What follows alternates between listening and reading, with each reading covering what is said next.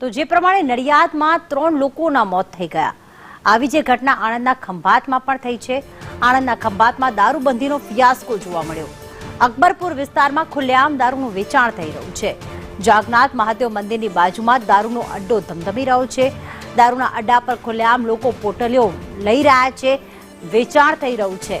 ખંભાત પોલીસની કામગીરી સામે પણ સવાલ ઉઠી રહ્યા છે. દારૂના વેચાણનો આ વિડીયો વાયરલ થયો, જેમાં બુટલેગર પોલીસને હપ્તા આપતા હોવાની પણ ચર્ચાઓ થઈ રહી છે. એક તરફ નડિયાદમાં ઘટના ઘટી અને બીજી તરફ ખંભાતમાં હજી પણ દારૂના અડ્ડાઓ તો ધમધમી રહ્યા છે. લોકો અહીંયા દારૂની પોટલીઓ ખરીદવા આવી રહ્યા છે. પરિવારજનો જે માંગ કરી હતી, જેમના ઘરના મોભી ગુમાવ્યા છે, કે આ પ્રકારે દારૂબંધી છે, દારૂબંધીની કડક અમલવારી કરવામાં આવે, પણ થાય તો કેવી રીતે? કારણ કે અહીંયા ચર્ચાઓ એ પણ થઈ રહી છે કે બુટલેગર સમયસર પોલીસને હપ્તા પહોંચાડી રહ્યા છે. તો ખંભાતના દ્રશ્યો મેં આપને બતાવી રહ્યા છીએ કે એક કેટલોક જાડી ઝાખરાઓ વાળો વિસ્તાર છે, ત્યાં દારૂની પોટલીઓ મળી રહી છે. અહીંયા દારૂનો અડ્ડો ચાલી રહ્યો છે. ઘણા બધા લોકો ત્યાં પોટલી માટે આવ્યા છે. જાગનાથ મહાદેવનું મંદિર આવેલું છે, તેની બાજુના જે દ્રશ્યો છે, શું પોલીસને આ દારૂનો અડ્ડો ધમધમી રહ્યો છે તે ખ્યાલ નહીં હોય? અને જો ખ્યાલ હશે તો શા માટે કાર્યવાહી નથી કરતી? આ રીતે લોકો જે છે નશાના જે નશો છે તેમને મૃત્યુ સુધી પહોંચાડી રહ્યો છે.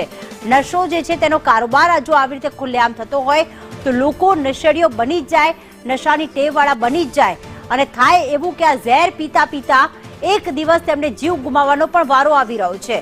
નડિયાદમાં જે ઘટના બની એ બાદના આ દ્રશ્યો છે કે જ્યાં ખુલ્લેઆમ દારૂનું વેચાણ થઈ રહ્યું છે. નડિયાદમાં તમામ પરિવારજનોએ સ્વીકાર્યું કે 20 થી 25 વર્ષથી તેમને દારૂની લત હતી, તે દેશી દારૂ પીતા પણ હતા, પણ અચાનક કોઈ નશાકારક પદાર્થ આવી ગયો અને તેમનું મૃત્યુ થઈ ગયું છે. નશાકારક પદાર્થ શું હતો તે તો ખ્યાલ નથી, પણ આ રીતે ઝેરનું વેચાણ ખુલ્લેઆમ થઈ રહ્યું છે. મનીષ સરકાર અમારી સાથે, અમારા સંવાદદાતા જોડાઈ ગયા છે. મનીષ, શું ચર્ચાઓ ચાલી રહી છે? કેટલા સમયથી આ દારૂનો અડ્ડો ચાલે છે? પોલીસ પાસે શું રેગ્યુલર હપ્તા પહોંચી રહ્યા છે, એટલા માટે કોઈ કાર્યવાહી નથી કરતી?